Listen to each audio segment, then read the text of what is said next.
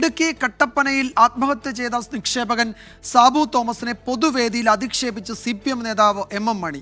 സാബുവിന് മാനസിക പ്രശ്നമുണ്ടോ എന്ന് പരിശോധിക്കണമെന്നായിരുന്നു MM മണിയുടെ അധിക്ഷേപം. അതിനിടെ സാബുവിന്റെ നിക്ഷേപ തുക കട്ടപ്പന റൂറൽ കോപ്പറേറ്റീവ് സൊസൈറ്റി അധികൃതർ കുടുംബത്തിന് തിരിച്ചു നൽകി. മറ്റെന്തെങ്കിലും മാനസിക പ്രശ്നമുണ്ടോ, വല്ല ചികിത്സ ചെയ്തിരുന്നോ, അതിന് ഡോക്ടറെ സമീപിച്ചിരുന്നോ, ഇത്തരം കാര്യങ്ങളൊക്കെ പരിശോധിക്കേണ്ടതാണ്. സാബുവിന്റെ ആത്മഹത്യയിൽ പ്രതിക്കൂട്ടിലായ CPIM കട്ടപ്പനയിൽ നടത്തിയ നയവിശദീകരണ യോഗത്തിലാണ് MM മണിയുടെ അധിക്ഷേപം. സാബുവിന്റെ മരണത്തിൽ മുൻ ഏരിയ സെക്രട്ടറി VR സജിക്കോ CPIMനോ പങ്കില്ല. വയ്യാവേലികൾ CPIMന്റെ തലയിൽ കെട്ടിവെക്കാൻ വരണ്ട.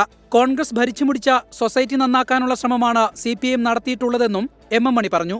അദ്ദേഹത്തിന്റെ മരണത്തിൽ ഞങ്ങൾക്കോ ഞങ്ങളുടെ ബോർഡിനോ ആ ബോർഡിന്റെ പ്രസിഡന്റ് VR സജിക്കോ ഒരു പങ്കുമില്ല. ഇതൊന്നും പറഞ്ഞ് ഞങ്ങളെ വരട്ടെ അടിമണ്ട. കട്ടപ്പന റൂറൽ ഡെവലപ്മെന്റ് സഹകരണ സൊസൈറ്റിയിലെ സാബുവിന്റെ നിക്ഷേപ തുക പലിശയും ചേർത്ത് 14,59,940 രൂപ കുടുംബത്തിന് കൈമാറി. സൊസൈറ്റി ജീവനക്കാരായ 3 പേർക്കെതിരെ ആത്മഹത്യാ പ്രേരണ കുറ്റം ചുമത്തിയെങ്കിലും ഇതുവരെ അറസ്റ്റ് ചെയ്തിട്ടില്ല. സാബുവിനെ ഭീഷണിപ്പെടുത്തിയ VR സജിക്കെതിരെ കേസെടുക്കുന്നതിലും പോലീസിന്റെ മെല്ലെപ്പോക്ക് തുടരുന്നു.